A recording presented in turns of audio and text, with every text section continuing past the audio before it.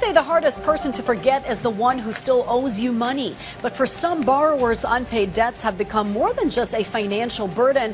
They've turned into a waking nightmare. With cases of harassment and threats on the rise, complaints are piling up about how easily people are lured into taking loans. And when they fail to pay, the consequences can be relentless. Our Daniel Manalastas has the report.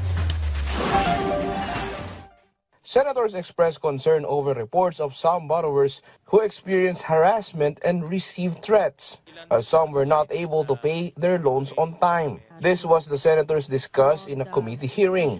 Although naniniwala pa rin ako na dapat ang utang kailangang bayaran, of course, pero merong mga pamamaraan naman para maningil ang pinagkakautangan.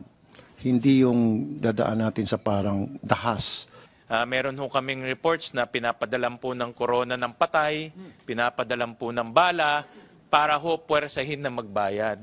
Based on information given to Senator Sherwin Gatchalian, enticing would-be victims to borrow money has become quite easy, as it can now even be done through text messaging. Senators also questioned how easy it is nowadays to access online lending applications or OLA. Meron bang qualification in terms of capitalization?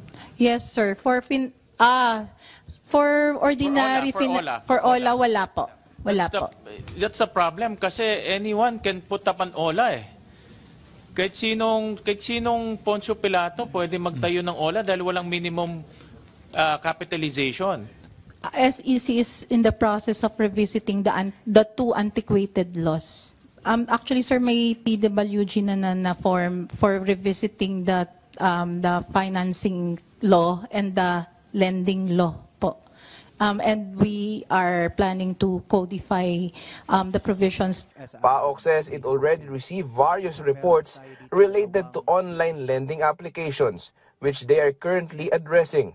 Yung kanilang mga mukha ay ipinapatong doon sa mga pornographic videos, ikinakalat po yun. Meron ho kaming isang biktimang nakausap, pinadalhan po ng funeral services.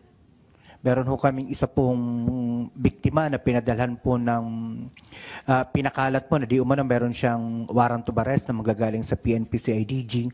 Meron po, sir, na meron pong isang department na in charge doon sa nakikipag-coordinate sa PAOK po at saka NBI.